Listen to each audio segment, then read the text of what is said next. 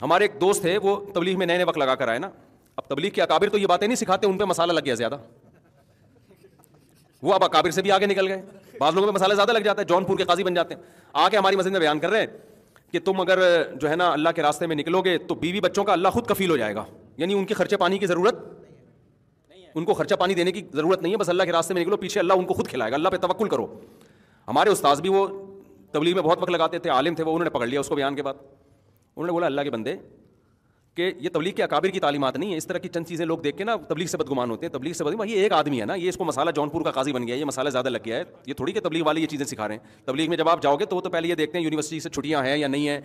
ہم نے خود ایسے کتنے لڑکے گئے ہیں, وہ بتاتے ہیں کہ انہوں نے رائے سے ہمیں واپس کیا کہ آپ کی یونیورسٹی کی بھی چھٹی نہیں ہے, پڑھائی آپ کی ہر جگہ ضائع ہو جائے گی, تو آپ جاؤ چھٹیوں میں آنا. وہ تو خود سکھا رہے ہوتے ہیں, لیکن نیچے بعض لوگوں کو مسالہ زیادہ, اس کو مسالہ اتنا لگ گیا, اس نے کہا کہ بھائی بیان میں کہہ رہے کہ بھائی یہ جو ہے نا وہ آپ بیوی بچوں کی پرواہ چھوڑ دو, تبلیغ میں نکلو, کھلائے گا کون؟ اللہ, کیونکہ اللہ پہ توکل کرو گے. تو ہمارے استاذ مفتی بھی تھے, انہوں نے پکڑ لیا اس کو, کہنے لگا خدا, وہ تھے بھی پٹھان, وہ بڑے غصے والے نا, ایسی بڑی بڑی آنکھیں نکال کے نا جب کسی کو دیکھتے تھے لوگ ڈر جاتے تھے. ایک دن میں نے اسے یہاں بیان کروایا, لوگ کہیں بھائی بہت خطرناک استاد ہیں وہ نا, ان کی آنکھیں بھی بڑی بڑی, اچھا طبیعت میں جوش بھی بہت ان کے, ایسے کر کے نا وہ غصے میں. انہوں نے بلا لیا اس کو, گڈی سائڈ تلا ہوئے بیان کے بعد نا, شکر ہے بیان میں نہیں روکا اس کو. انہوں نے کہا ادھر آپ, میں نے بولا تو نے جو یہ بتایا ہے کہ بیوی بچوں کے حقوق پورے کیے بغیر تبلیغ میں نکل جاؤ, تو تبلیغ میں جائے گا کیا سیکھنے کے لیے؟ اسلام سیکھنے کے لیے جائے گا نا, یا اسلام کی تبلیغ کرنے کے لیے جائے گا؟ تو اسلام تو دو چیزوں کے نام ہے, اللہ کے حقوق اور مخلوق کے حقوق. تو مخلوق میں تو والدین بیوی بچے سب سے پہلے, انہی کے حقوق کو توڑ کے جائے گا تو سکھائے گا کیا؟ آدھا اسلام تو نے کیا کر دیا, ختم کر دیا, بچہ کیا ہے؟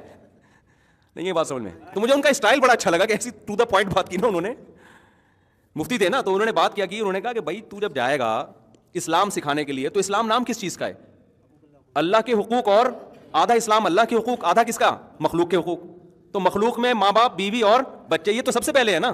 تو انہی کے حقوق توڑ کے جب تو تبلیغ میں جائے گا تو آدھا تو اسلام تو نے کیا کر دیا, ختم ہی کر دیا. اب سکھائے گا کیا لوگوں کو؟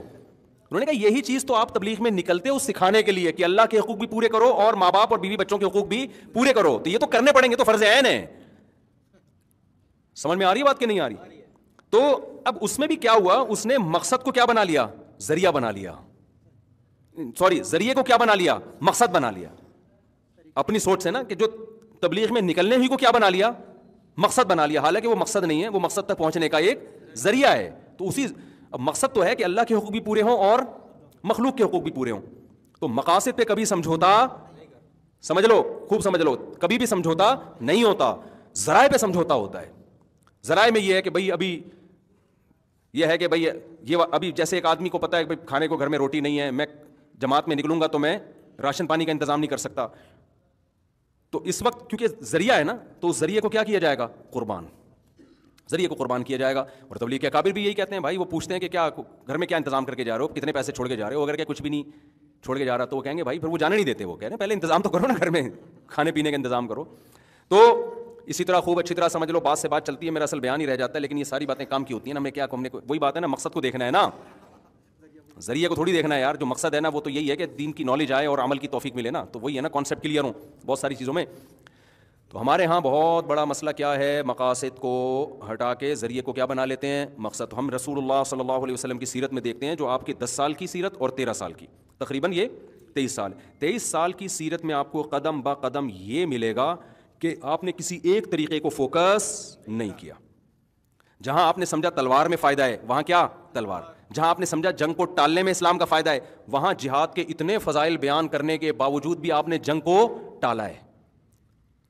یہودیوں سے سلو کی ہے, جو اسلام کے سب سے بڑے دشمن, ان سے آپ نے معاہدے کر لیے, سلو کر لی. اور پہلی ہجرت کہاں ہو رہی ہے؟ غیر مسلم بادشاہ کے پاس. نہیں یہی بات سمجھ. اسلام نازل ہو رہا ہے, قل هو اللہ احد نازل ہوئی نا, یہ تو ابتدائی آیات میں سے ہے. اللہ الصمد لم یلد, اس نے کسی کو نہیں جنا, ولم یولد, نہ وہ جنا گیا. عیسائیت کی نفی ہو رہی ہے کہ نہیں ہو رہی سورہ اخلاص میں, اتنے واضح لفظوں میں. لیکن صحابہ کرام پر جب ظلم ہوا مکہ میں, تو عبداللہ بن مسعود اور حضرت جعفر طیار رضی اللہ عنہما, ان کے وفد کو تیار کر کے عیسائی بادشاہ کے پاس بھیجا جا رہا ہے پناہ کے لیے, جو نجاشی ہے. بہت مشکل ہے بھائی بات سمجھانا. کس کے پاس بھیجا جا رہا ہے؟ تو بظاہر تو یہ اشکال ہوتا ہے کہ جس کے نظریے کی آپ نفی کر رہے ہیں, عیسائی تو اس کا تو بڑا دعویٰ یہ ہے کہ عیسیٰ علیہ السلام اللہ کے معاذ اللہ بیٹے ہیں, تو آپ کی تو نفی ہو رہی ہے کہ ہم اس کے قائل نہیں ہیں, ہم عیسیٰ کو اللہ کا بیٹا نہیں کہہ رہے. تو آپ نجاشی کے پاس ان صحابہ کو پناہ لینے کے لیے کیسے بھیج رہے ہیں؟ تو ہمارے نبی سے اگر ہم پوچھتے تو کیا جواب ملتا؟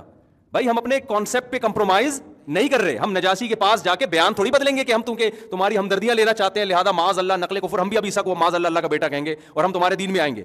ہمیں یہ پتا چلا ہے کہ عیسائیت پر ہونے کے باوجود وہ ایک رحم دل اور نرم دل انسان ہے. مظلوموں کی مدد, چاہے وہ کسی بھی مذہب سے ہوں, مظلوموں کی وہ مدد کرتا ہے. اس کی اس رحم دلی سے ہم فائدہ اٹھائیں گے نہیں؟ یہ بات سمجھ لیں. کیوں؟ اسلام کو بچانے کے لیے یہ ضروری تھا, کیونکہ جو ظلم مکہ میں صحابہ پہ ہو رہے تھے اس میں تو ڈر تھا کہ اسلام ہی ختم نہ ہو جائے, تو کوئی تو جگہ چاہیے تھی نا. ابے کیا ہو گیا؟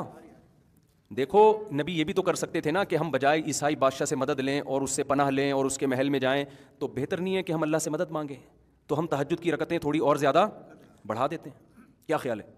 صبح یہ وظیفہ, شام کو یہ وظیفہ, اور لا الہ الا انت سبحانک انی کنت من الظالمین. اس وظیفے کو پڑھ کر جب یونس علیہ السلام کو مچھلی کے پیٹ میں سمندر کی تہ میں نجات مل سکتی ہے, تو ہمیں مکہ میں مشرکین کے ظلم سے نجات کیوں نہیں مل سکتی؟ سمجھا پا رہا ہوں اپنی؟ یہ دینداروں کا فالٹ ہے بھائی, یہ اس کو ہم لوگوں کا فالٹ ہے, یہ اس کو سمجھو. آج جو دین پر آتا ہے وہ گراؤنڈ ریئلٹی سے ہٹ کے نا آسمانوں کی باتیں کرنا شروع کر دیتا ہے.